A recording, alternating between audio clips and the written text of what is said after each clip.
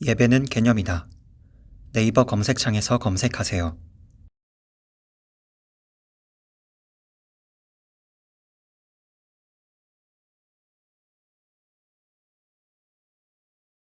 하나님 말씀 보셨습니다. 하나님 말씀은 창세기 46장 1절부터 7절까지 말씀. 하나님 말씀은 창세기 46장 1절부터 7절까지의 말씀입니다. 구약성경 73페이지 창세기 46장 1절부터 7절까지의 말씀 찾으셨으면 제가 봉독하겠습니다. 이스라엘이 모든 소유를 이끌고 떠나 브엘세바에 이르러 그의 아버지 이삭의 하나님께 희생 제사를 드리니 그 밤에 하나님이 이상 중에 이스라엘에게 나타나 이르시되 야곱아 야곱아 하는지라 야곱이 이르되 내가 여기 있나이다 하매 하나님이 이르시되 나는 하나님이라 내 하나님 내 아버지 하나님이니 애굽으로 내려가기를 두려워하지 말라 내가 거기서 너로 큰 민족을 이루게 하리라 내가 너와 함께 애굽으로 내려가겠고 반드시 너를 인도하여 다시 올라올 것이며 요셉이 그의 손으로 내 눈을 감기리라 하셨더라. 야곱이 브엘세바에서 떠날새 이스라엘의 아들들이 바로가 그를 태우려고 보낸 수레에 자기들의 아버지 야곱과 자기들의 처자들을 태우고 그들을 가축과 가나안 땅에서 얻은 재물을 이끌었으며 야곱과 그의 자손들이 다 함께 애굽으로 갔더라. 이와 같이 야곱이 그 아들들과 손자들과 딸들과 손녀들 곧 그의 모든 자손을 데리고 애굽으로 갔더라. 아멘. 이 시간은 창세기 194번째 강의가 되겠습니다. 가나안에서 애굽으로라는 제목으로 하나님 말씀 증거하도록 하겠습니다. 가나안에서 애굽으로. 인생은 한치도 우리가 예측할 수 없습니다.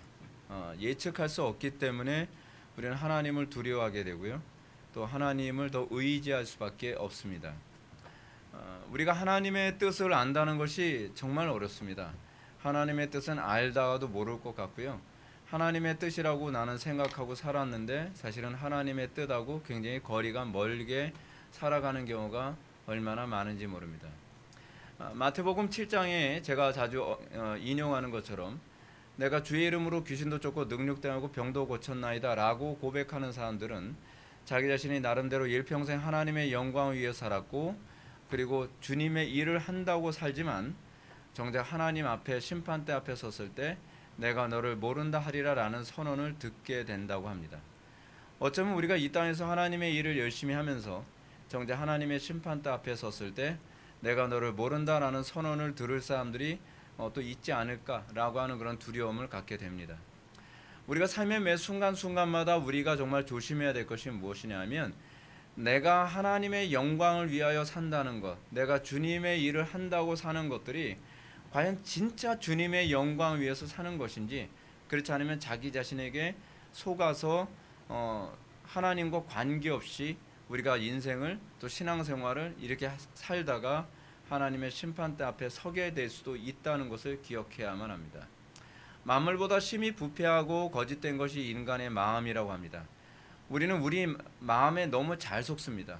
나는 이웃을 위해서 산다고 하면서도 사실은 이웃을 위해 살지 않은 경우가 많이 있고 내가 하나님을 위해서 산다고 하면서도 내가 하나님을 이용해 먹으려고 했던 부분들이 얼마나 많은지 모릅니다. 아마 우리를 가장 잘 속이는 것은 우리 자신일지도 모르겠습니다. 그리고 우리 자신이 우리 자신에게 너무나 잘 속는다는 걸 알기 때문에 사기꾼들은 그 방법을 너무나 잘 사용하죠. 그래서 사기꾼들이 속이는 것은 사실은 우리 자신에게 속도록 유도하는 방법을 사용하는 겁니다. 자, 특히 이제 선지자 이사야는 이렇게 말합니다. 내 생각이 너의 생각과 다르며 내 길은 너의 길과 다름이라. 우리의 생각이 하나님의 생각과 굉장히 다릅니다. 그래서 여러분 이것이 하나님의 생각일 거라고 너무 쉽게 단정하지 마십시오. 우리는 매 순간순간마다 주님께 길을 물어봐야만 합니다. 우리는 삶의 매 순간순간마다 하나님께 의뢰해야만 합니다. 우리는 그런 경우가 되게 많이 있거든요. 당연히 이것이 성경적으로 옳겠지.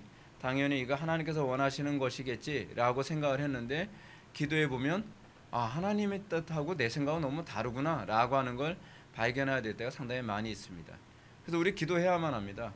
기도하지 않고 우리의 이성으로 하나님의 뜻을 알 수 있다고 생각하는 것은 사실은 거룩하신 성삼위 하나님 중에서 성령님을 모독하는 것입니다. 우리에게 항상 적용케 하시고 깨닫게 하시고 그리고 그것을 분별하게 하시는 분은 성령님이시지 우리의 이성이 아닙니다. 근데 우리는 간혹가다 우리의 이성으로 성령님의 자리를 대체할 수 있을 거라고 자꾸 생각합니다. 거기서 인류는 무시무시한 범죄를 저지르게 되는 거죠. 그래서 프랑스 대혁명 당시에 그 사람들이 섬겼던 우상이 무엇이었냐면 이성의 신이었습니다. 이성이 얼마든지 하나님의 생각대로 하나님처럼 올바른 판단을 할 수 있을 것이라고 생각하는 것이 프랑스 혁명의 도화선이었고, 그 도화선은 지금도 계속 불타올라서 전 세계를 화염에 휩싸이게 만드는 중요한 작용으로 아직까지 하고 있습니다. 우리는 지난 시간까지 요셉과 형들 사이에 있었던 사건들을 통해서 회개와 용서와 화해라는 성경의 가장 중요한 핵심적인 교리를 우리가 살펴보았습니다. 성경에서 굉장히 중요시 여기는 것은 무엇입니다? 회개, 용서, 화해입니다. 이것을 통해서 우리는 구원을 받습니다. 그리고 이것을 통해서 우리는 사람들과의 관계가 진행되어져 갑니다. 회개, 용서, 화해라고 하는 이 놀라운 교리를 이해하지 못한다고 한다면 우리는 하나님의 은혜의 세계에 대해서 제대로 우리는 이해를 할 수가 없습니다. 그리고 우리는 이제 드디어 창세기 46장으로 넘어옵니다. 이제 몇 장 안 남았습니다. 창세기 벌써 우리가 이제 5장밖에 안 남았는데 이제까지 우리가 몇 년 동안 창세기를 우리가 살펴봤는지 아십니까? 한 4년은 살펴봤습니다. 창세기 하다가 뭐 특강한다고 좀 건너뛰고 뭐하고 하면서 우리는 4년 넘게 지금 창세기를 하면서 그냥 계산만 해도 여러분 194강이니까 거의 뭐 4년 정도 가까이 되죠. 그렇죠? 그 정도 우리는 창세기를 긴 여정을 우리가 지금 거의 이제 종착점에 도달하게 되었습니다. 창세기 46장을 살펴보기 위해서 우리는 또 창세기 46장부터 47장까지의 구조를 먼저 살펴보고자 합니다. 항상 이렇게 그 큰 이 산을 먼저 살펴보고 그 다음에 그 산의 디테일을 살펴보는 것이 성경에서 길을 잃어버리지 않는 중요한 방식입니다. 그래서 제가 여러분한테 이제 자주 언급하는 게 창세기 전체의 구조를 자주 얘기하고요.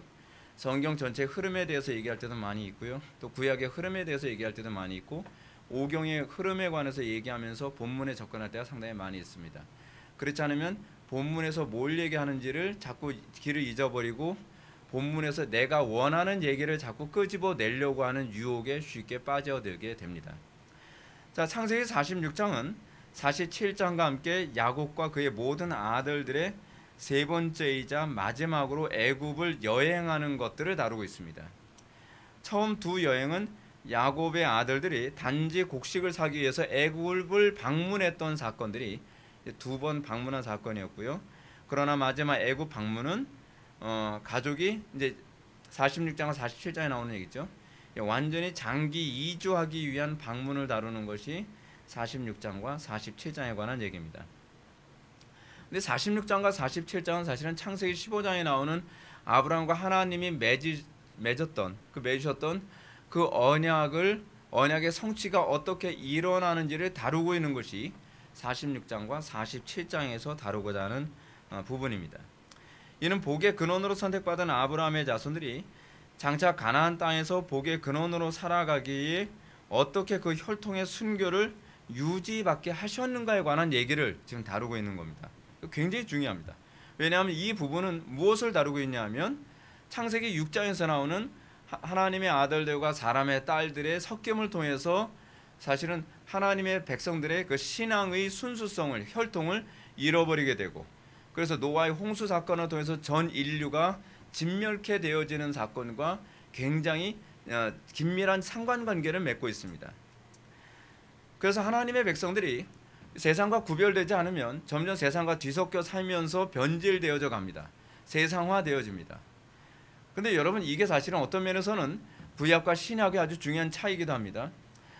구약에서는 사람들이 물리적으로 세상과 구별되어 있어야만 생존하지만 교회는 신약에 와서 교회는요 세상에 물리적으로는 섞여 있지만 또 정신적으로는 분리되어짐으로써 세상을 오히려 변화시키는 주체로 세상의 복의 근원으로 살아가게 하는 주체가 되어집니다. 그래서 플라톤주의 이원론을 우리는 인정하지 않습니다. 우리는 세상 속에서 소금이요 세상 속에서 빛으로서 우리는 살아가는 존재입니다. 자, 그렇기 때문에 하나님께서는 하나님의 백성들이 변질되지 않도록 하기 위해서 먼저 요셉을 애굽에 보내시고 그 후에 야곱의 가족들을 고센 땅에 이게 구별시켜서 격리 수용이죠. 구별시켜서 그들이 그들의 신앙의 순수성을 잃지 않도록 지키는 그 작업이 일어나게 됩니다. 여기서 우리는 하나님께서 야곱의 가족들을 애굽으로 데려가도록 허락하신 것에 한 가지 의문을 좀 가져야만 합니다. 오늘 우린 얘기는 여기서부터 시작되어집니다. 왜냐하면 이제까지 하나님께서는 택한 백성들에게 뭐라 했죠? 애굽으로 내려가지 마. 좀 애굽으로 내려가지 좀 마. 그것이 아브라함 때에서부터 계속적으로 나왔던 얘기입니다. 하나님께서 이게 굉장히 상황이 동일한 사이클이 반복됩니다. 기근이 일어났어요. 아브라함이 어디로 갑니까? 애굽으로 내려갑니다. 애굽으로 내려가서 범죄하게 되죠. 그리고 다시 가나안으로 돌아오게 됩니다. 아버지가 한 잘못을 염두에 두고 이삭이 또 가나안 땅에서 또 기근을 맞이하니까 애굽으로 내려가려고 했더니 하나님께서 뭐라고 얘기합니까? 애굽으로 내려가지 말고 가나안 땅에 그대로 거주하라라고 명령하십니다. 하나님께서는 아브라함에게 애굽 땅에 들어가는 거 허용 안 하셨고요. 또 이삭에게도 가나안 땅으로 내려가는 걸 허용하지 않았습니다. 자, 근데 오늘 본문에 와서는 똑같이 엄청난 기근이라고 하는 상황이 똑같이 닥쳤는데 그리고 야곱과 그의 가족들은 그 상황에서 애굽으로 내려가지 않고 있었습니다. 애굽에 양식이 있다는 걸 알면서도 애굽으로 내려가지 않고 오히려 자녀들을 애굽에 보내서 양식을 사가지고 오도록 했던 그 모습을 보게 됩니다. 그럼 야곱은요 굉장히 그런 거 보면 아브라함이나 이삭하고 좀 다른 면이 있죠. 아예 애굽을 내려갈 생각을 하지 않습니다. 표면적으로만 본다면 야곱과 그의 가족들은 아브라함의 오류를 반복하지 않으려고 굉장히 애를 쓰고 있는 것처럼 보입니다. 근데 문제가 뭐냐면 하나님께서는 이제 야곱에게 애굽으로 내려가라고 권하고 있다는 사실입니다. 여러분 하나님이 좀 일관성이 없는 것 같이 보이지 않나요? 우리는 여기서 대단한 혼란을 느낍니다. 우리는 신약 성경을 읽으면서도 예수님이 일관성이 없는 것처럼 보이는 경향이 많이 있습니다. 그렇죠? 어떻게요? 아니 안식일 준수해야 된다고 그렇게 강조하시는 예수님이 안식일 날 어떻게 해요? 오히려 병을 고치시고 그리고 밀 이삭을 까먹는 것을 허용해 주시고 뭐 여러 가지 그 당시 바리새인들이나 사두개인들 또는 종교 지도자들이 봤을 때는 예수님의 행위는 일관성을 잃어버린 것처럼 보입니다. 어쨌든 안식일을 굉장히 철저하게 지켜야 된다고 얘기하고 어쨌든 안식일에 그냥 너무 자유로운 것 같고 간음하지 말라고 얘기하시는 예수님이 뭐라고 말씀하세요? 마태복음 5장에서는요. 음욕을 가지고 여자를 보는 자마다 간음하였느니라라고 그렇게 간음 규례에 대해서 엄격하게 얘기하셨던 예수님이 오히려 간음하다 현장에 붙잡힌 여자에 관해서 용서해 주래요. 죄 없는 자가 돌로 치래요. 아니 왜 이랬다 저랬다요. 코에 걸면 코걸이 귀에 걸면 귀걸이처럼 보이지 않나요? 우리가 소위 성경이 가르치는 이 본질을 보지 못할 경우에는 우리는 자꾸 껍데기만 가지고서 그거를 논쟁거리를 삼고 거기서 영혼 없이 그냥 껍데기만 가지고 신앙생활하는 이상한 신앙생활을 하는 사람이 되게 됩니다. 하나님의 일관성이란 무엇이냐? 여기서 지금 보여주는 것이 뭐냐면 율법과 복음의 관계를 보여줍니다. 믿음으로 한 것과 육신의 욕망으로 한 것이 구별됩니다. 여러분 아브라함과 이삭이 사실 애굽으로 내려가고 싶어 했던 이유가 뭐였죠? 믿음 때문이 아니었어요. 욕망 때문이었어요. 근데 야곱이 지금 애굽으로 내려가는 것은 믿음 때문에 내려가는 겁니다. 하나님의 뜻을 따르기 위해서 애굽으로 내려가려고 하는 겁니다. 자, 똑같은 개념을 한번 얘기해 볼까요? 어떤 사람은 주일날 주일 성수를 하는데 정말 주일 성수를 기뻐하고 주일 예배를 하고 싶지만 상황이 하나님의 영광에서 때로는 그런 거죠. 예수 믿지 않는 부모가 교통사고가 나서 병원에 입원한다고 했을 때 하필 이 순간 예배를 드려야 되는 그 순간에 그 연락을 받았을 때 우리는 때로는 피치 못할 사정에서 또는 하나님의 어느 쪽이 더 하나님의 영광인가 어느 쪽이 믿음으로 하는 것인가라고 고민하고 기도하는 가운데에 우리는 때로는 예배당에 오는 것보다 때로는 교통사고 난 그 응급실에 찾아가는 것이 이것이 또 믿음으로 올바를 수도 있습니다. 우리는 이런 어떤 율법과 복음이라고 하는 또 믿음으로 한 것과 육신의 욕망으로 한 것이라고 하는 이런 중요한 원리를 염두에 두지 않으면 우리는 이런 오류에 빠집니다. 뭐 우리 부모님 교통사고로 뭐 그 응급실에 실려 가셔도 하나님께서 책임지시겠지. 이게 적용을 잘 못하는 사람들이 꼭 이래요. 그래서 예배당에 왔는데 예배당에 온 상태에서 돌아가셨다 생각해 보십시오. 주변에서 그런 거죠. 예수 믿는다는 게 자기 부모가 교통사고 나서 응급실에 실려갔는데 예배 드리러 간다고 안 가? 이런 식의 문제가 자꾸 발생하게 되는 겁니다.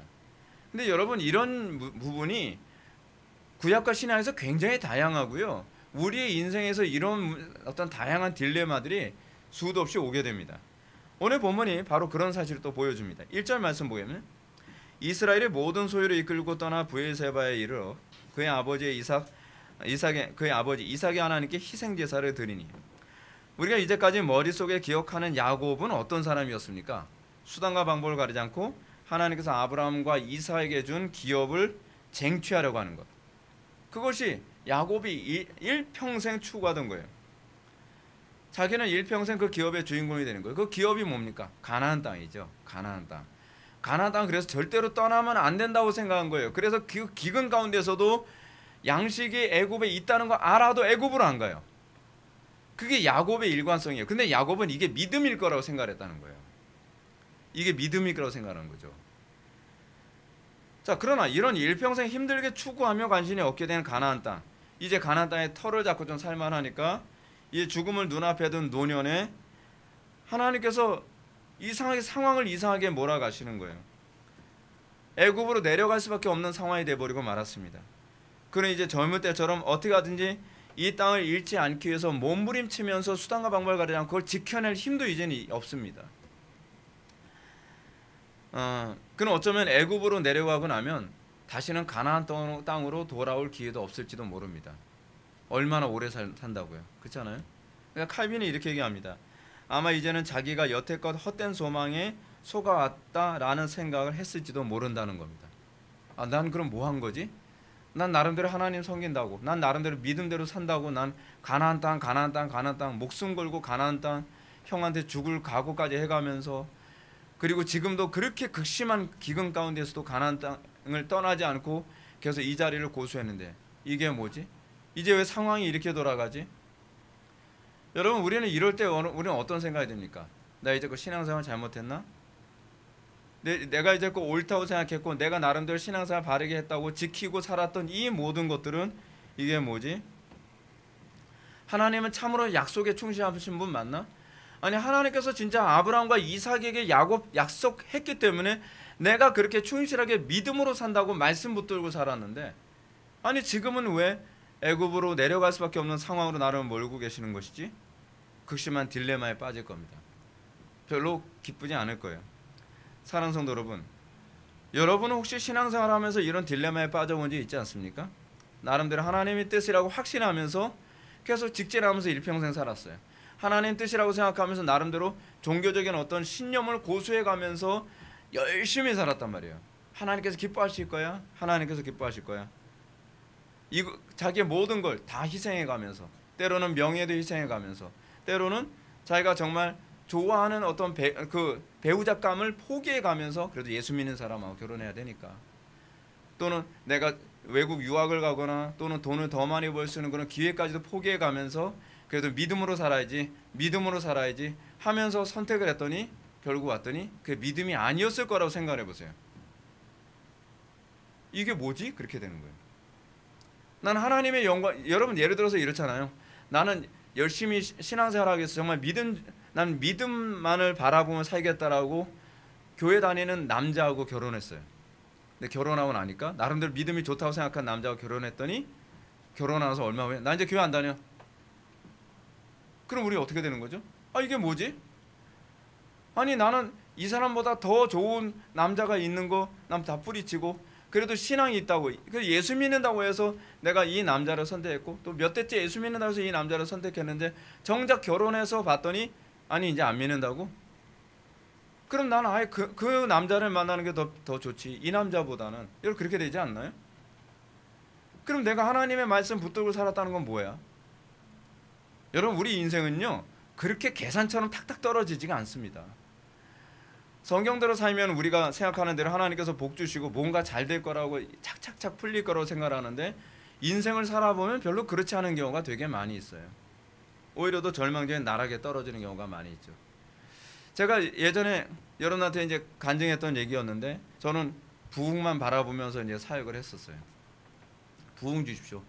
제가 부흥만 바라보면서 청년들한테 맨날 회개 외치고, 하나님만 섬겨야 된다. 예배에 실패하면 안 된다. 너희들이 뭐 예배하다가 뭐 아파서 예배하지 못할 것 같으면 그냥 와서 죽을 생각해라. 막 그랬더니 막 애들이 막 아픈데도 막 어쨌든 막 예배당에 와서 막 예배하고, 막 어떤 자매 막 예배하면서 막 눈물을 막, 그래서 역시 아픈데도 예배하러 오니까 은혜가 되잖아. 그랬더니 은혜가 돼서 아니라 아파서 우는 거예요. 막 그렇게까지 하고 막 그러는데, 청년들이 한 명씩 한 명씩 교회를 다 떠나요. 청년부로 안 나오는 거예요. 교회에선 소문이 되게 안 좋게 나와서 뭐 이상한 전도사 와가지고 맨날 청년들한테 야단만 치고, 청년도 그래서 17명으로 시작했는데 5명밖에 안 남았어요. 그러니까 막 진짜 미치겠는 거예요.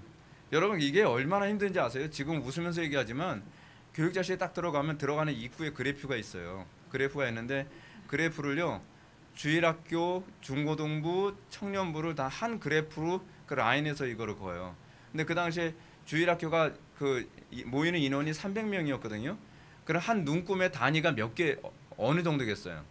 한 눈금의 단위가 적어야 10명이잖아요. 근데 우린 10명 이하란 말이에요. 10명 이하에다가 눈금에다가 그림을 내면요, 사인펜으로 안 돼요. 딴 사람들 사인펜을 벅벅 긁는데 저는 0.5펜이 필요한 거예요. 그러면 교육자실 들어가서, 전사님 그 0.5펜 좀 빌려주면, 왜요? 그랬더니 아니 이게 잘못하면 거짓말하는 거잖아. 그래서 이렇게 반을 딱 이렇게 사인을 해야 돼요. 그럼 이제 담임 목사님 딱 들어오면서 그래프를 딱 보면 청년부는 그래프에 아예 없는 것처럼 보이는 거예요. 이렇게 봐요. 그래서 아니 지금 몇 명이나 모이는 거예요? 그래서 지난주에 5명 모였습니다. 원교에서 평가 안 좋죠. 안 모이죠. 그러니까 제가 진짜 미친 듯이 제가 맨날 기도했습니다. 맨날 철야하고. 그래서 그 소리 들었어요. 교회에서 기도 많이 하는 전도사 왔다는 소리는 무지 많이 들었어요. 맨날 철야했으니까요. 맨날 철야하고, 맨날 주님 앞에 살려달라고 맨날 기도하고, 맨날 목이 그냥 염증이 껴가지고서 뭐예요? 그 항상 약 주머니에다 넣고 다니고, 땅콩 먹듯이 이 약 먹어야 될 정도로만 목이 항상 부어 있으니까요. 소염제 같은 거예요. 근데 그렇게 8개월을 시달리니까요, 몸은 몸대로 망가지고 더 이상 사용 못 하겠더라고요. 하도 사람들한테 미움을 많이 받으니까 온교회 교인들이 다 싫어하는 눈치고, 청년들은 당연히 미워하고요. 청년 한 5명만 그냥 나와주는 거예요, 고맙게. 근데 하나님께 막 죽기 살기로 기도했는데, 하나님 부흥 주셔야 됩니다. 부흥 주셔야 됩니다. 막 기도를 했는데, 하나님께서 저한테 마음에 어느 날 그 뜻밖의 저한테 감동을 주시더라는 거 아니에요. 하나님께서 저한테 진짜, 그땐 제가 진짜 선명하게 느껴졌어요. 선명하게 하나님께서 저한테 던지신 질문이 그예요. 너는 부흥이 목적이니 내가 목적이니? 라고 하는 질문을 던지는 거예요. 근데 전 그 생각 한 번도 안 해봤거든요. 부흥이 목적이면 당연히 하나님이 목적이라고 생각했죠. 아무 의심도 안 하고. 그래서 아니 부흥이 목적이면 하나님이 목적이죠. 그럼 다시 한번 질문 던져볼까? 부흥과 나중에 둘 중에 하나를 선택하는데 어느 쪽 선택할래요? 그래서 이게 너무한 질문이시죠. 근데 제가 대답을 못 하겠어요. 부흥과 하나님 중에 둘 중에 하나를 포기하고 한쪽을 선택하라고 하면요. 근데 제가 계속 항변을 했거든요. 주님, 부흥 안 주시면 저 딴 데 가서 회개 못 맺힙니다. 아니, 요새 이렇게 달달달 볶이면서 미움 있는 대로 받아가면서 승리해야 딱 딴 데 가서도 제가 사역하면서, 그래 고난이 와도 반드시 승리하게 돼 있어, 뭐 그런 확신이 있을 텐데, 아니 제가 이렇게 설교하다가 쫓겨나면 다른 교회가 설교할 때 어떻게 했어요? 또 이렇게 회개 외치면 또 쫓겨나겠지. 그런 생각이 가득한 거예요. 머릿속에서 공포가 엄청나게 밀려요. 어느 정도의 공포였냐면요, 목회 폐인이 될 것 같더라고요. 다시는 회개를 못 외치는 목회 폐인이 될 것 같은 거예요. 근데 하나님께서 계속 저한테 그 질문을 던지시는 거예요. 계속 그 씨름을 하는 거예요. 마치 야곱이 천사와 씨름하는 것 같은 그런 느낌. 정말 굉장한 고통이었어요. 근데 그러던 가운데서 하나님께서 성령께서 제 마음속에 인정하게 하시더라고요. 주님께서 제가 만약에 목회 폐인이 되는 것이 주님의 뜻이라면, 네, 그것까지 제가 선택하겠습니다. 부흥을 안 주셔도 좋습니다. 그랬더니 아무 응답을 안 해주시고, 그리고 기도는 그렇게 끝났어요. 그리고 나서 그 주간에 부흥이 일어났어요. 굉장히 드라마틱하죠. 그러면서 제가 그때 깨달은 게 그거예요.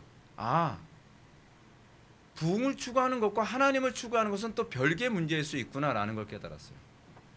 근데 우리는 우리 신앙생활하면서 그런 딜레마 되게 많거든요. 내가 교회 봉사를 열심히 하니까 하나님을 섬기는 거였지. 과연 그럴까요?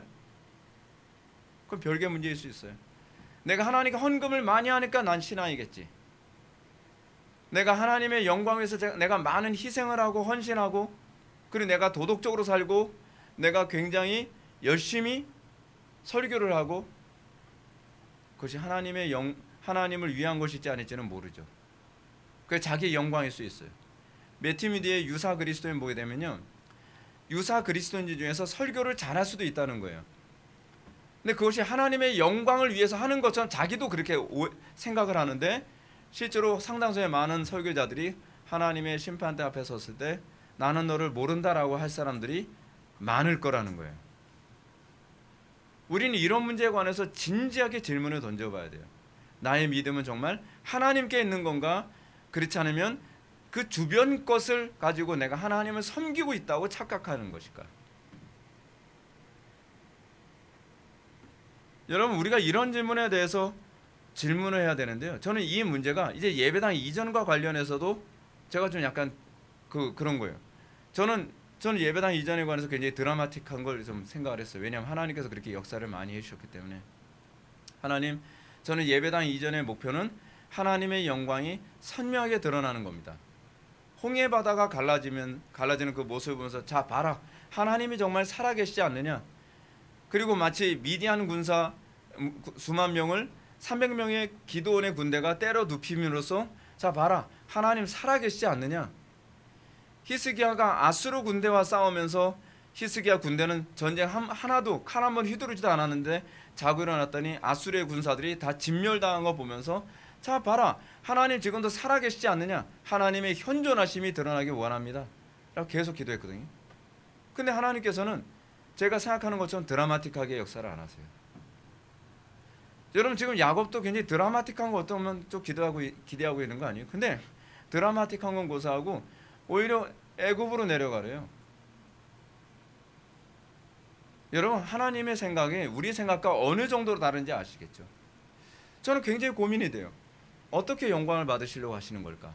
저는 하나님께서 영광을 받으실 수 있는 최대한의 조건을 나는 다 순종하려 애를 썼거든요. 할 수 있는 한 성도들한테 헌금 한마디도 강요 안 하고, 할 수 있는 한 성도들한테 헌금도 자기 의로 내지 않도록 하기 위해서 헌금 봉투에 이름 쓰지 말라고 하고, 그리고 할 수 있는 한 정말 하나님의 영광만 나타날 수 있는 최적의 조건을 만들려고 마치 장작개비에다가 물을 붓고, 하나님, 이제는 하나님께서 불을 내려주십시오. 이제는 저는 하나님의 불이 내림으로써 하나님의 영광이 선명히 드러나는 걸 보기 원합니다. 그리고 이 영광은 김 목사의 리더십이 아니라 하나님의 영광을 통해서 일어난 것입니다 라고 저는 간증할 수 있기 원합니다. 근데 하나님께서는 제 각본대로 움직이질 않으세요. 그것 때문에 굉장히 고민이 많이 돼요. 오늘 아침에도 좀 그렇게 얘기했어요. 하나님, 아직 일이 끝난 거 아닙니다. 아직 우리 예배당 이전 결정되지 않았습니다. 끝까지 가봐야 되는 줄 압니다. 당신의 불을 내려주시고 당신의 현존함을 보여주십시오.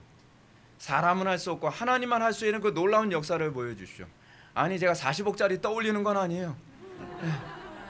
그렇지만 하나님께서 어떤 식으로든지 하나님이 살아계신다는 걸 좀 보고 싶어요. 그리고 성도들이 그걸 보기를 원해요. 그리고 우리의 자녀들이, 우리의 어린 아이들이, 우리의 청년들이 그거를 보고, 아, 하나님은 여전히 살아서 역사하시는 하나님이시구나라고 간증하기 원하고, 그러니까 우리가 이전하는 그 예배당이 하나님의 현존하심을 간증할 수 있는 표지석이 되길 원합니다. 근데 하나님은 제 생각처럼 움직이질 않아요. 우리는 그냥 하나님의 인도대로 가는 거예요. 우리는 지금 바가지 써가면서, 어떤 면에서는 그래요. 바가지 써가면서 우리는 그냥 선택의 여지가 없이 지금 가고 있어요. 전 속이 약간 좀 아려요. 네. 우리는 오늘 본문에서 야곱은 인생의 말년에 바로 이런 하나님의 요구를 받게 된 겁니다. 하나님은 우리 생각과 다르게 역사하십니다. 이런 상황에서 야곱이 취한 것이 무엇이었습니까? 그것은 가족을 거느리고 브에르세바에 이르러 하나님께 희생제사를 드리는 겁니다. 여러분, 이게 굉장히 기가 막힙니다. 그 딜레마의 상황에서 나는 나름대로 믿음 지키며 살았다고 생각을 하는데 하나님께서는 내가 생각하는 그런 드라마틱한 역사를 안 해주실 때 야곱은 어디로 갔느냐? 하나님께 예배하러 갔어요. 오늘 본문의 1절은 이 사실을 기록하고 있습니다. 그렇습니다.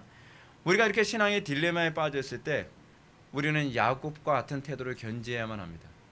우리 신앙의 본질이 어디죠? 예배하는 자리입니다. 그럼 야곱이 드린 제사의 장소 브에세바는 어떤 곳이었는지 생각해 봅시다. 이곳은요, 야곱의 조부 아브라함과 아버지 이삭이 상당 기간 동안 머무르면서 하나님께 제단을 쌓았던 곳입니다. 한마디로 말해서 브에세바는 야곱의 신앙의 뿌리입니다. 뿌리로 돌아가는 겁니다. 뿌리로 돌아가라. 이게 라틴어로 뭐라 그랬죠? 아드 폰테스. 많이 들어봤죠? 근원으로 돌아가는 것.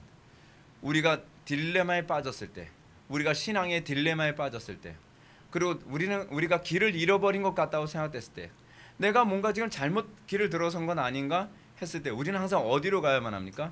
근원으로 돌아가는 법을 배워야만 합니다. 예배의 자리로 돌아가고 기도의 자리로 돌아가고 교과서적으로 돌아가는 법을 배워야만 합니다. 근데 우리는 그렇게 돌아가질 않습니다.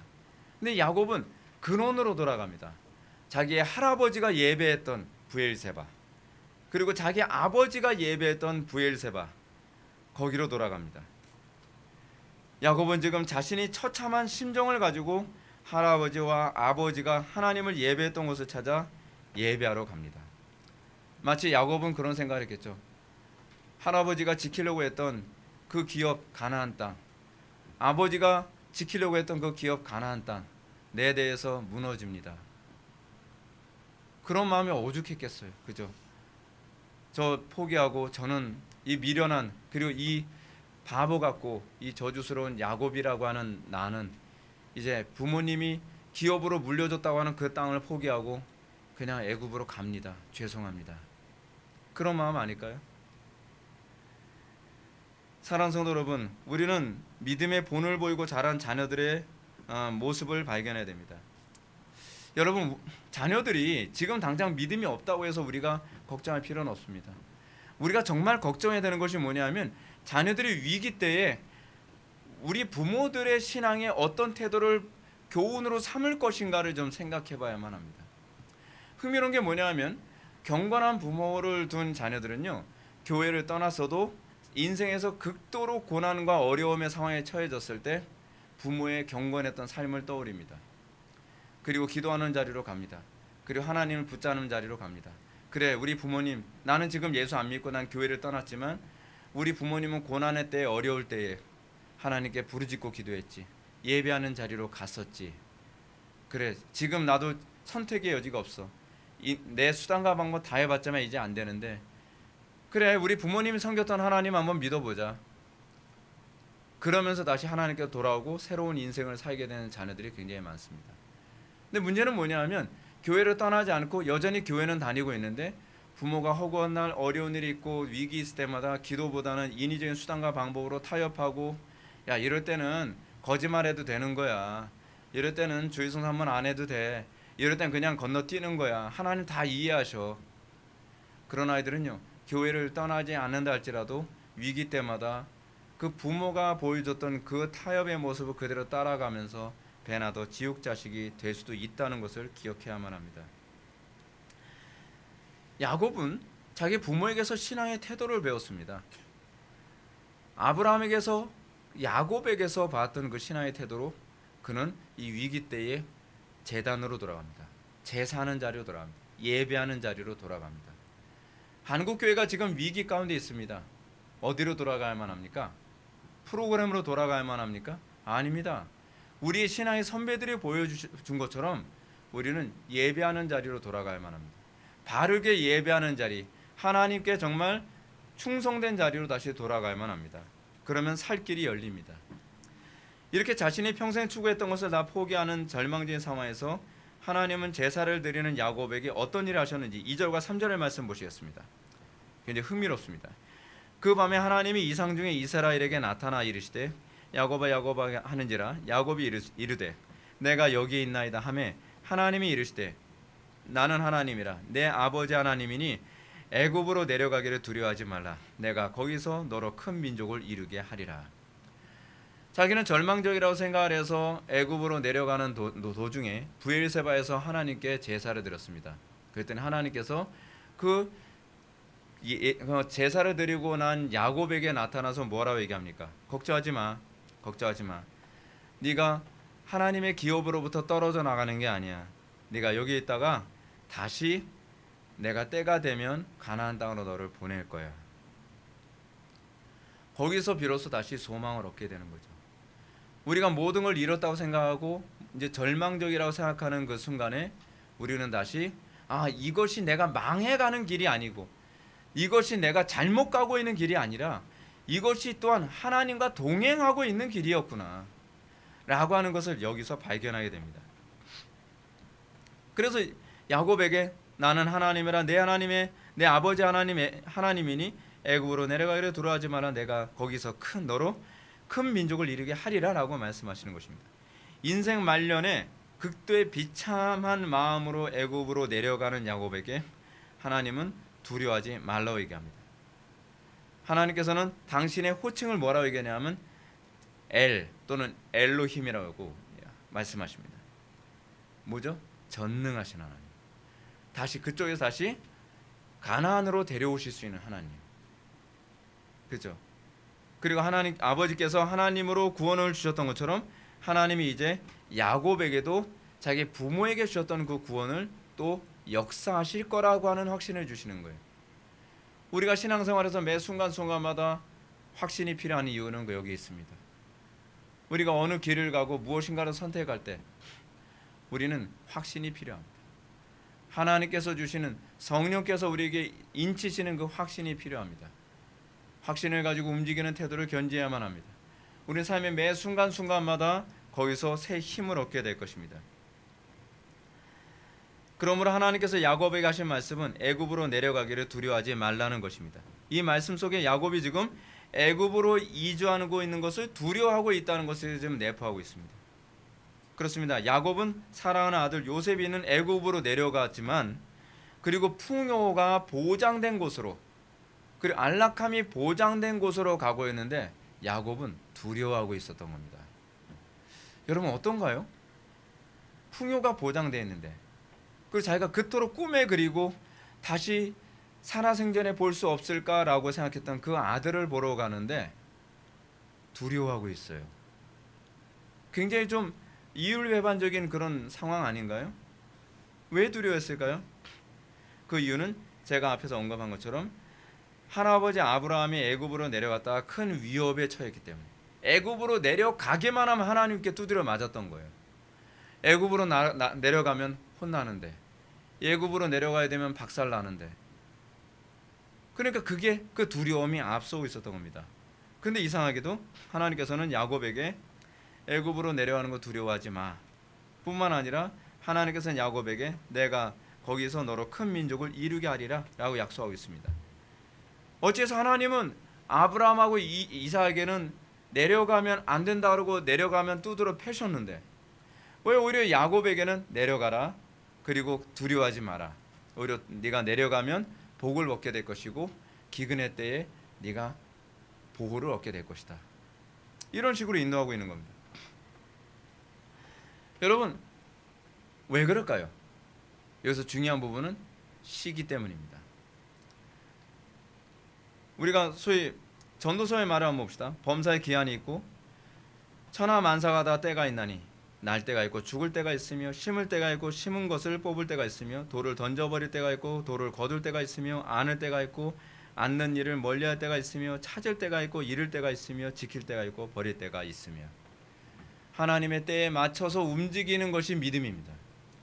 자기가 위기 때문에 어렵기 때문에 그리고 굶주림의 문제를 해결하기 위해서 애굽으로 내려가는 것은 그건 믿음의 행위가 아니었기 때문에 허락하지 않으신 겁니다.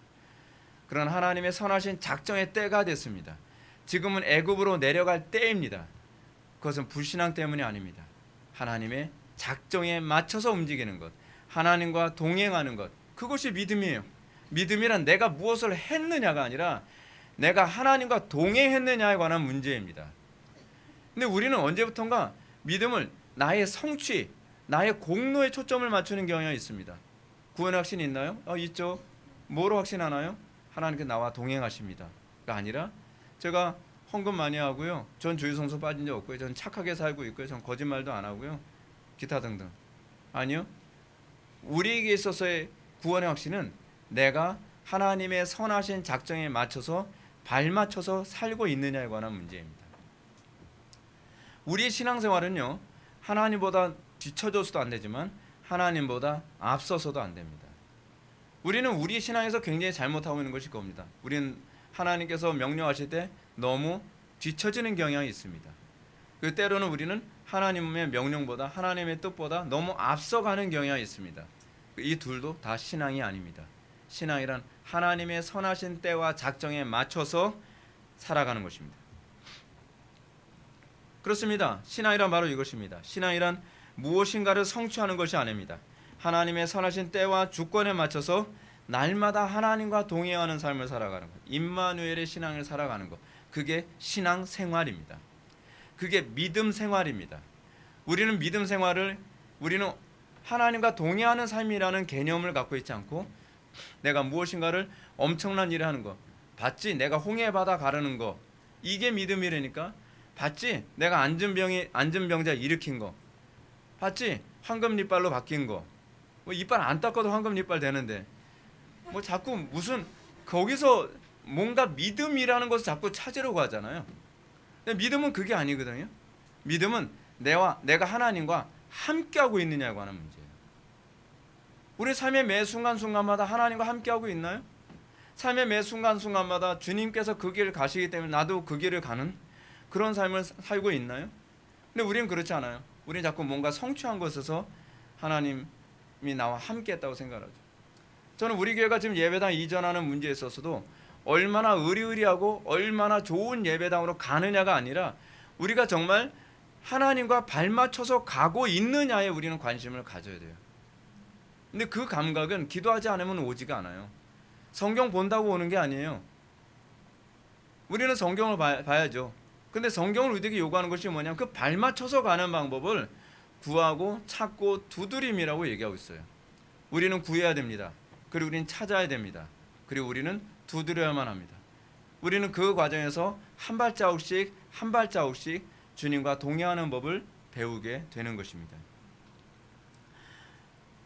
오늘날처럼 허락되지 않은 걸 때를 쓰면서 뭔가 성취를 하면 그것이 신앙일 거로 생각하지 마십시오. 때가 되지 않은 것을 억지하든지 금식을 해가면서 그것을 얻으면 그것이 신앙일 거로 생각하지 마십시오.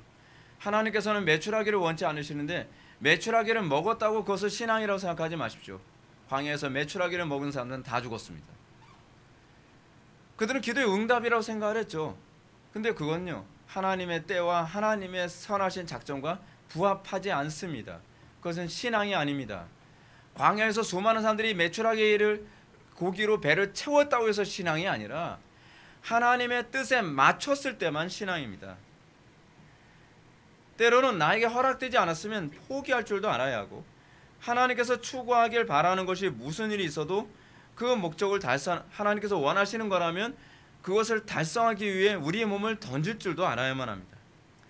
이 모든 것이 하나님의 선하신 뜻이라고 하는 범주 안에서 항상 제한되어져야만 합니다. 이것이 바로 참된 신앙이고 이것이 바로 십자가의 삶을 살아가는 신자의 모습입니다. 오늘날 우리들의 신앙은 이런 식의 신앙과는 너무 거리가 멉니다. 요즘 교인들은 내 뜻을 하나님께 관철시키는 것이 신앙이라고 생각합니다. 근데 예수님은 너희는 먼저 그의 나라와 그의 의를 구하라. 그리하면 이 모든 것을 너에게 더하여 주시리라 라고 얘기합니다. 근데 아닙니다. 많은 사람들은 무조건 어려운 일을 해내는 것만을 신앙이라고 생각을 합니다. 그렇지 않습니다. 동계 수련회가 이제 닥쳤습니다. 동계 수련회가 닥쳤는데 몇 월 며칠 날 청년들하고 데리고서 강화에 있는 그 선두 수양관이라고 하는 곳을 이제 가기로 계획이 됐었습니다. 계획이 이렇게 됐어요. 그래서 그날이 이제 금요일이었는데 금요일 날 청년들이 오면 교회 대형 버스를 타고 한 40여 명 되는 청년들을 데리고 선두 수양관으로 가기로 했습니다. 근데 문제가 뭐냐면 그날 폭설이 내리기 시작을 했어요. 눈이 너무 많이 내린 거예요. 너무 많이 내리니까 담임 목사님이 수양관까지 굳이 가지 말고 예배당의 그 한쪽 그 청년부 그 모임 거기를 의자 다 치우고 거기서 그냥 수양관처럼 하면 되지 않겠냐, 저한테 그것을 요구하셨어요. 그래서 그 문제 아주 기도했는데, 아, 이건 담임 목사님의 명령을 따라야 되겠다. 왜냐하면 그 버스가 전복되기로 하게 되면 굉장히 많은 사람들이 다칠 수 있잖아요. 그리고 계속 기도하는데 하나님께서 이거 기뻐하신다는 것을 제가 확신하게 됐어요. 그래서 청년들한테 팀장을 통해서 제가 얘기했습니다. 우리가 선도 수양관으로 가는 거는 포기하고 몇 시까지 오면 예배당에서 우리 집회를 하겠다. 그리고 거기서 철회하겠다. 그랬더니 모든 청년들이 다 들고 일어났어요. 팀장들까지 다 들고 일어나는 거예요. 온갖 비난이 다 들어오는 거예요. 막. 아니, 환경을 극복하는 게 신앙이라면서요. 아니, 폭설이 내렸으면 폭설을 극복해야 되는 게 신앙 아닌가요? 막 그러는 거예요. 그래서 문제는 뭐냐면 극복하는 것이 하나님의 뜻에 부합할 때만 이게 극복하는 거거든요. 근데 청년들은 그 생각 안 하는 거예요. 무조건 막 에너지가 넘치니까 뭐 폭설을 뭐 뛰어넘고서라도 선두 수양 가서 막 기도하는 게 그게 신앙일 거라고 생각을 하는 거죠. 근데 제가 그 문제 가지고 계속 기도하면서, 아, 거기 안 가는 게 하나님 뜻이 분명하다. 근데 청년들이 저한테 반감이 너무 심하니까 제가 일단은 안 나타났어요. 그래서 그 간사한테 제가 전화를 했죠. 청년들이 오면 그 일단은 찬양 인도자 세워서 내가 나올 때까지 찬양하도록 해라. 그리고 청년들한테 이렇게 하라고 하고 팀장들은 이렇게 하라고 제가 지시를 다 했어요. 근데 얼굴이 완전히 불평이 가득한 얼굴로 청년들이 다 왔어요. 왔는데 놀라운 일이 벌어졌어요. 청년들이 다 이렇게 모여서 불만이 가득한 상태에서 다 앉아 있는데요. 제가 이제 들어올 때가 돼서 제가 들어와 가지고 제가 찬양 인도 한두 개 하고서 설교를 딱 했는데 청년들이 다 회개가 터진 거예요. 저희가 잘못했습니다.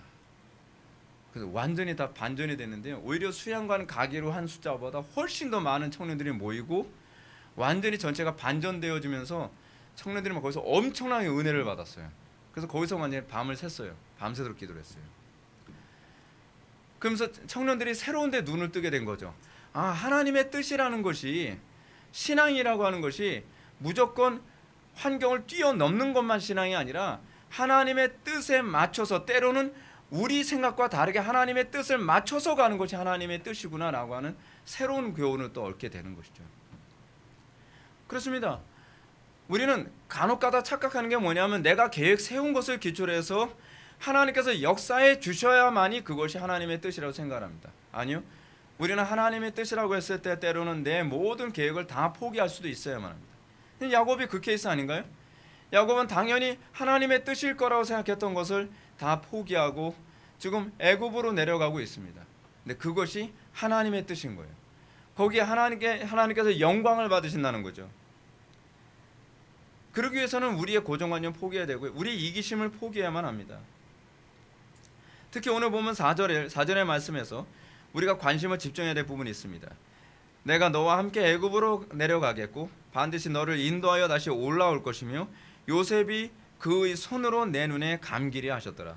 내가 너와 함께 애굽으로 가겠다. 중요한 건 그겁니다. 주님과 함께 가는 것이 중요한 겁니다. 민수기를 보게 되면 민수기에서 여러분 12정탐꾼 사건 기억날 겁니다. 12정탐꾼들이 가나안 땅을 딱 정탐하고 돌아왔습니다.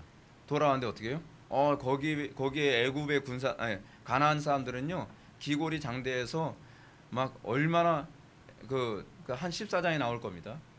그들하고 싸워서 뭐 대책도 없고요. 우리 다 죽을 겁니다. 그들에 비하면 우리는 메뚜기 떼 같고요. 뭐 메뚜기도 얼마나 무서운지 몰라서 그래요. 예. 막 그러니까 어떻게 합니까? 하나님께서 니네들이 그렇게 불신앙으로 나왔기 때문에 내가 너희들과 함께하지 않겠다. 그리고 너희들이 이제는 그 40년간, 너희들이 40일간 돌아온 그 한 날을 1년으로 계산해서 너희들은 40년간 광야 생활을 할 것이다. 그러니까 그 사람들이 뭐라고 얘기해요? 잘못했습니다. 우리가 다시 가나안 땅에 가서 우리가 전쟁을 할게요. 아니, 내가 너희와 함께하지 않겠다니까. 전쟁이 중요한 것이 아니라 하나님과 함께하는 게 중요하다고 하는 본질을 또 모르는 거예요. 그래서 하나님과 함께하지도 않으면서 가나안 땅에 들어가서 아주 완전히 완패하고 돌아오잖아요. 삶의 매 순간순간은 이겁니다. 애굽에 갔냐 가지 않았느냐가 중요한 게 아니라 그것이 내가 하나님과 동행하는 것이냐 동행하지 않는 것이냐에 관한 문제를 우리는 간과해서는 안 돼요. 우리는 삶의 매 순간순간마다 우리는 그런 거에서 매번 놓칩니다. 내가 하나님과 동행하고 있지 않은데 내가 이 율법을 준수하고 있으니까 하나님께서 함께 하실 것이다. 그렇지 않아요. 내 목적과 의도가 선하니까 하나님께서 함께 하시겠지? 그렇지 않습니다. 우리는 삶의 매 순간순간마다 기도하면서 하나님께서 이걸 기뻐하시는지 기뻐하시지 않는지 우리는 확증을 받으며 움직이는 태도를 견지해야만 합니다. 이거 신비주의라고요? 아니요, 그렇지 않습니다. 예수님께서도 모든 일을 하시기 전에 항상 밤이 맞도록 기도하시고 12제자를 선택하는 것조차도 밤이 맞도록 기도하신 후에 선택하셨습니다. 예수님의 삶의 패턴에서 우리가 발견하게 되는 건 예수님은 항상 기도가 앞섰다는 것입니다. 예수님은 항상 성령의 인도를 받는 법을 아셨다는 겁니다. 그것이 말씀의 인도를 받는 것과 충돌이 일어나지 않습니다. 성령의 인도라고 하는 것은 말씀에 대한 적용이고 조명입니다. 말씀이 적용을 제대로 이해하지 못하면 성령께서 조명하시는 말씀의 그 성령의 조명과 인도를 모르면요, 우리는 적용을 내 멋대로 해서 사고치고 돌아다닙니다. 간혹가다 우린 그러지 않나요? 어떤 사람 예수님께서 무리를 걸으셨다. 그 큐티 그렇게 잘못하면 큰일 나잖아요. 예수님이 무리를 걸으셨으니까 나도 오늘 무리를 걸어야 되나? 그건 신앙이 아닙니다. 또 아브라함이 자기 아들 이삭을 바쳤으니까 나도 내 아들, 또 이름도 이삭이네? 넌 오늘 죽었어. 그래야 되나요? 이게 얼마나 미련하고 어리석은 적용입니까? 왜요? 기도를 통해서 적용하는 법을 배우지 않기 때문에 그래요. 여러분, 적용케 하시는 영역은요, 이성이 아니라 성령의 고유 사역입니다. 근데 우리는 성령의 고유 사역을 자꾸 우리가 찬탈하고 있는 거예요. 거룩하신 성삼위 하나님 중에서 성령 하나님의 사역을 우리가 찬탈하면 이것이 얼마나 큰 죄인지도 모르는 거예요. 우리는 우리의 생각이 항상 성령의 조명 가운데서 확신을 얻고 바른 판단을 가운데 움직이는 법을 배워야만 합니다. 우리는 간혹 가다가 내가 하나님 말씀대로 살았다는 걸 어떻게 합니까? 성과로, 행복으로, 만족으로 주님께서 나와 함께 하셨다라고 자꾸 측정해 좋아합니다. 그래서 우리는 세상과 구별되며 말년에 자신의 인생을 후회하지 않게 되어야만 합니다. 우리가 성령의 인도를 받는다는 것이 굉장히 피상적인 게 되어버리고 말았습니다. 그러나요, 우리가 정말 기도 생활을 제대로 해보면 성령의 인도를 받는다는 것이 결코 피상적이지 않다는 걸 알게 될 겁니다. 성령의 인도를 받는다는 것은 성경의 기록자이신 성령님의 인도를 받는다는 말은 바로 말씀의 인도를 받는다는 겁니다. 근데 그 말씀은 문제는 뭐냐면 몇천 년 전에 기록된 말씀이기 때문에 성령께서 나에게 적용해 주시기 전에는 이 말씀이 어떻게 나에게 적용되어지는지가 항상 미스테리일 경우가 굉장히 많이 있습니다. 이제 결론 들어가겠습니다. 우리는 야곱의 인생을 바라보면서 무엇을 깨닫게 됩니까? 일평생 하나님의 약속만 바라보며 살아갔던 야곱은 어쩌면 하나님께서 그의 할아버지 아브라함과 아버지 이삭에게 약속된 기업이 가나안 땅이라고 생각했을지 모르겠습니다. 그런데요, 야곱이 이 사건 등 한 가지 깨달았을 겁니다. 나의 기업은 하나님과 동행하는 거였구나. 가나안 땅은 상징적인 것이고 실제로 나의 기업은 하나님과 동행하는 것이었구나 라고 하는 것을 깨닫게 됐을 것입니다. 그런데요, 우리가 초보적인 신앙생활을 할 때는 이게 잘 안 보입니다. 근데 우리가 초보적인 신앙생활이라도 초보적인 신앙 때는 주로 뭐만 바라봅니까? 예수 믿고 천당 가는 거. 그거 천당 가는 거 바라보는 것이 신앙일 거라고 생각을 해요. 근데 신앙생활 오래 하면은요, 천당 가는 거는 결과일 뿐이고 나의 영원하신 기업 생명보다 귀하다. 그 기업이 뭐라고 얘기합니까? 그리스도죠. 그리스도께서 나의 기업이에요. 그리스도께서 나와 함께 하심. 그리스도께서 나와 함께 하심이 뭐로 나타나죠? 그의 지혜에 참여하고 그의 담대함에 참여하고 그의 거룩함에 참여하고 그의 선하심에 참여하고 그의 인내하심에 참여하고 그의 거룩하신 속성에 우리가 참여함으로 내가 그리스도의 그 거룩함을 소유하게 되는 것, 이것이 우리의 기업이죠. 영원한 천국도 결국 뭡니까? 예수 그리스도와 함께하기 때문에 거기가 천국이거든요. 우리가 주님의 말씀대로 우리가 꼬박꼬박 순종하며 살아가다 보면 기업이 천당이 아니라 그리스도가 나의 기업이고 그리고 이것이 나의 유일한 행복이구나라는 것을 알게 될 겁니다. 야곱은 그걸 하나씩 하나씩 알아가게 되었습니다. 자기에게 기업이 가나안 땅이라고 생각을 했는데 하나님께서는 내가 너와 함께하리라 두려워하지 말라. 내가 너와 같이 애굽에도 내려가리라 두려워하지 말라. 야곱은 기업을 얻고 있었던 겁니다. 여러분들 생각지 않은 곳으로 하나님께서 우리를 인도하실 수 있습니다. 근데 주님께서 함께 하신다면 우리는 잘 가고 있는 겁니다. 인생은 내 계획대로 되는 것이 아니라 하나님의 작정하신 대로 됩니다.